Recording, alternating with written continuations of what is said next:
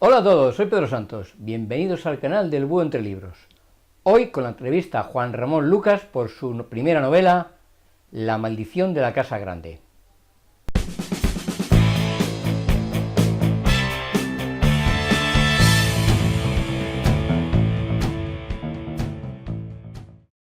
Buenas tardes. Hola, ¿qué tal? Muy buenas tardes. Muchas gracias por tu entrevista. Gracias a vosotros. Y normalmente lo que hago siempre, la primera pregunta es el origen de este libro. Sin embargo, hablas un poco de él en los agradecimientos. Sí.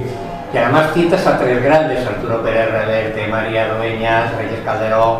Pero cuéntanos un poquito, ¿cómo fue el origen de esto? Hombre, con los tres tengo buena relación. Con María Dueñas a raíz de la anécdota que cuento en los agradecimientos, porque es que sin ellos esto no habría salido así.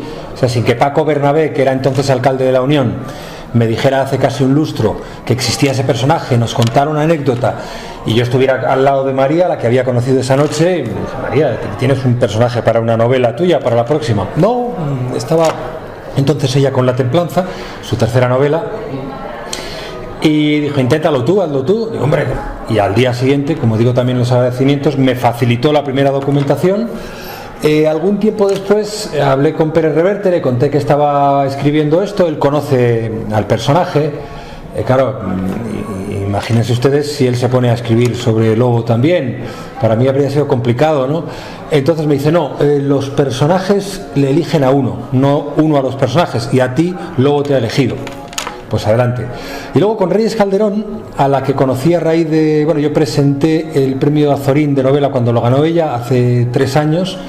Entonces trabamos cierta relación y yo le conté que tenía una idea de una novela y ella me ayudó a ordenar las ideas, sobre todo a diseccionar el perfil psicológico de los personajes.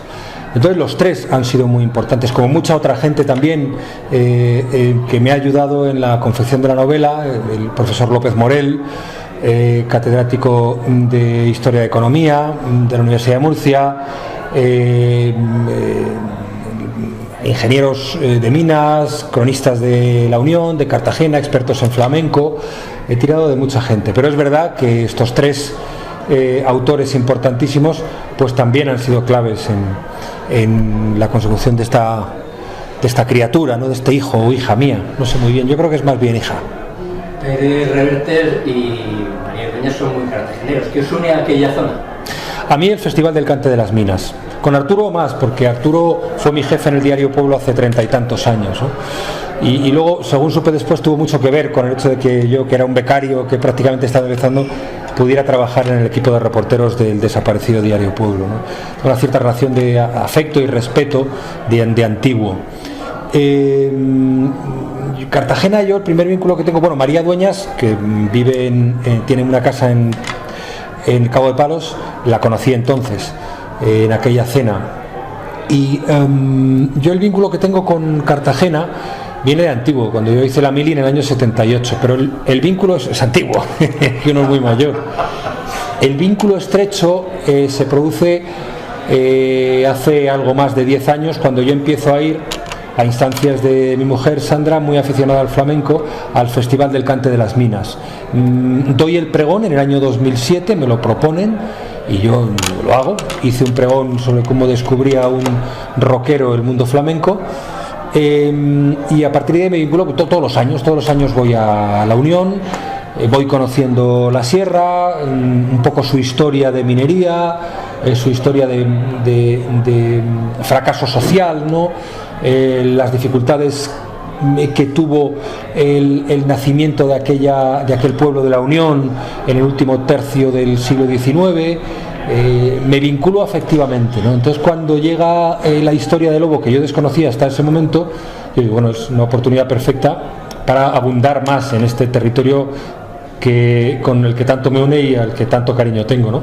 Y al final lo que he hecho ha sido un retrato de aquella época, yo creo que respetuoso con el rigor y sincero, honesto en el sentido de contar lo que fue, sin dejar de decir nada y con un profundo amor a esa tierra. La ambientación es formidable. Habéis visitado algunos de los sitios, ya me habéis contado las minas. He visto fotos del Lobo.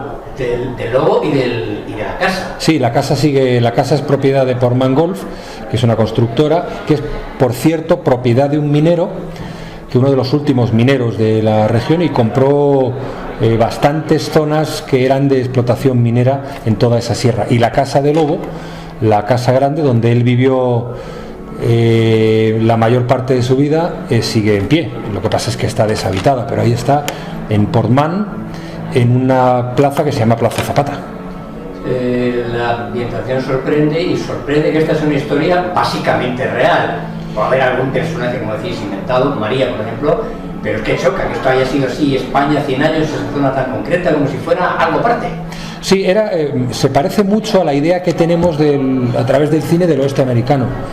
Gente con pistolas, gente armada, gente a caballo, por la calle principal de la ciudad, donde había el tráfico de carretas, de mucha gente, sobre todo mineros esperando jornal, mineros sin trabajo, muchos niños, muchas mujeres, tiendas de todo tipo, ya digo, hombres a caballo, carretas, se parecía bastante a eso.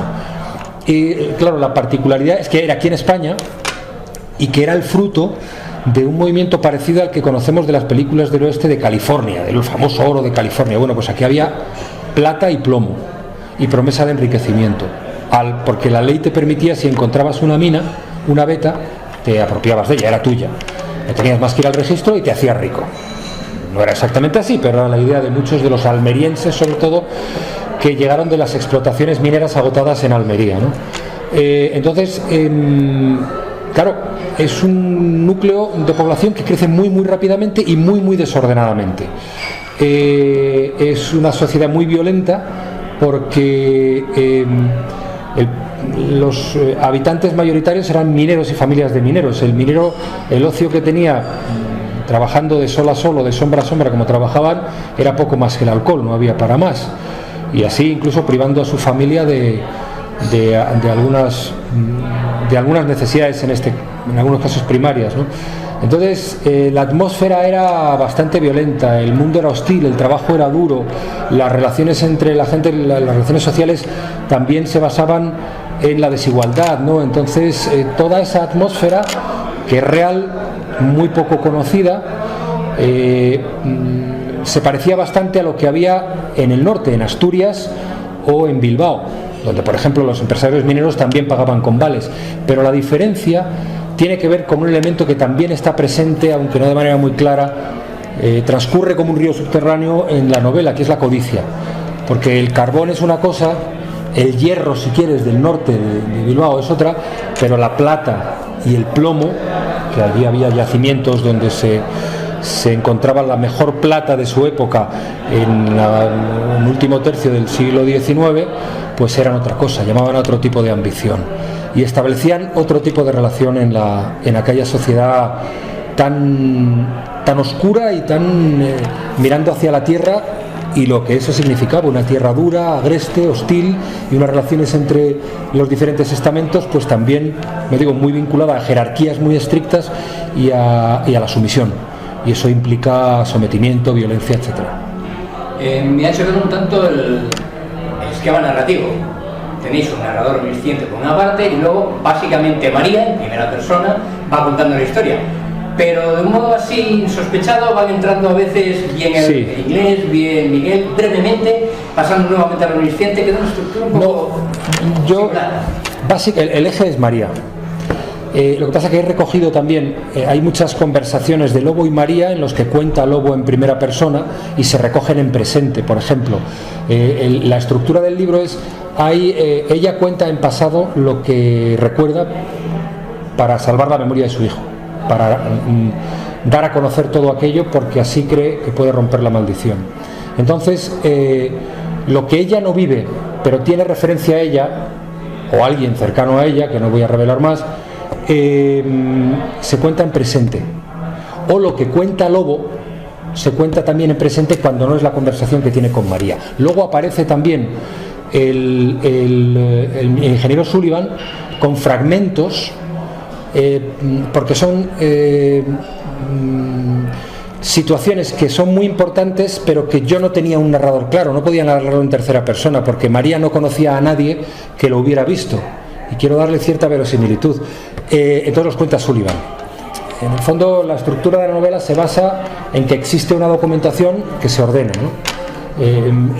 Pero lo busqué así para que hubiera varias voces, aunque la central fuera la de una mujer que lo contaba en primera persona. ¿Por qué varias voces? Porque incluso hay situaciones que me parecen importantes en la novela, que hay varias miradas, la de Lobo, la de ella y la de Sullivan.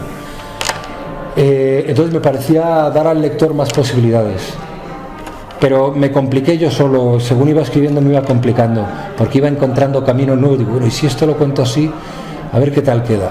Y sí, me compliqué yo solo a lo largo del proceso último de escritura y de reconocértelo. Curiosamente, el tío Lobo es un personaje muy potente, muy fuerte, pero las que se llevan aquí el gato al agua son las mujeres. Sí.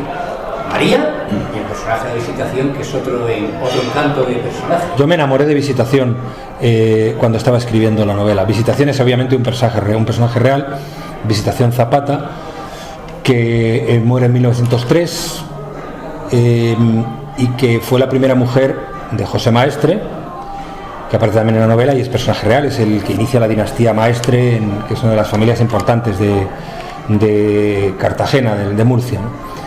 Visitación fue la primera mujer, luego Maestre se casó con Obdulia, que es hermana de Visitación.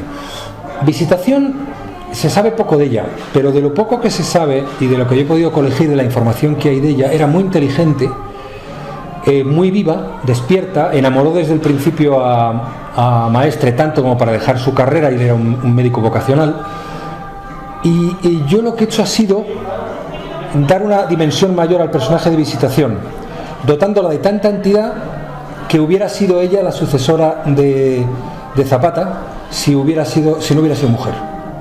Eso debió ser así, estoy convencido. No tengo una constatación documental, pero hubiera sido así seguro. Y entonces el perfil de ella es el perfil alegre que se dice que era, y de enorme inteligencia, y al mismo tiempo una inteligente resignación, porque ella se resigna a ser lo que es, una mujer de su época.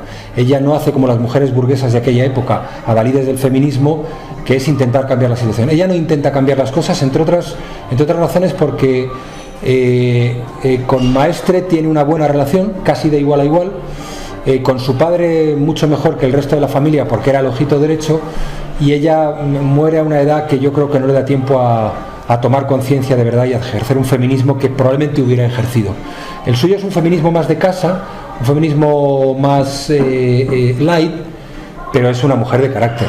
Y María también. María es una mujer de pueblo que aprende a leer, que quiere contar la historia y que tiene el coraje suficiente como para recorrer la historia de su vida por una razón que al final ella no sabe, o al principio ella no sabe si va a funcionarlo, ¿no? Ella lo dice al principio, el primer párrafo: he venido aquí para salvar la vida de mi hijo. El método que he elegido es este, a ver si lo consigo. Una pregunta para terminar.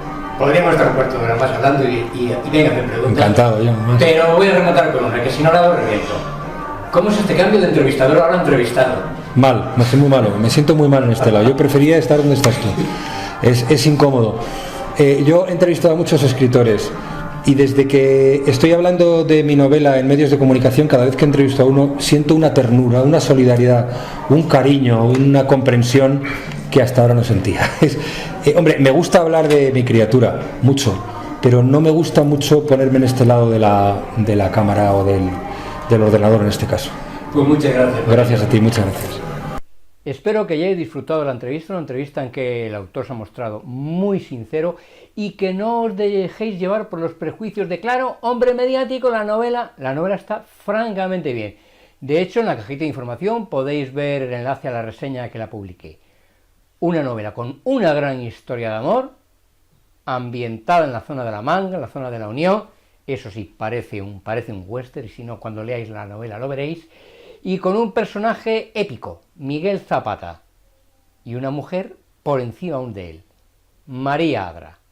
No os perdáis esta novela, y si queréis seguir viendo el vídeo, sabéis, os suscribís, le dais a la campanita, y nos vemos este verano, o cuando queráis. ¡Hasta pronto!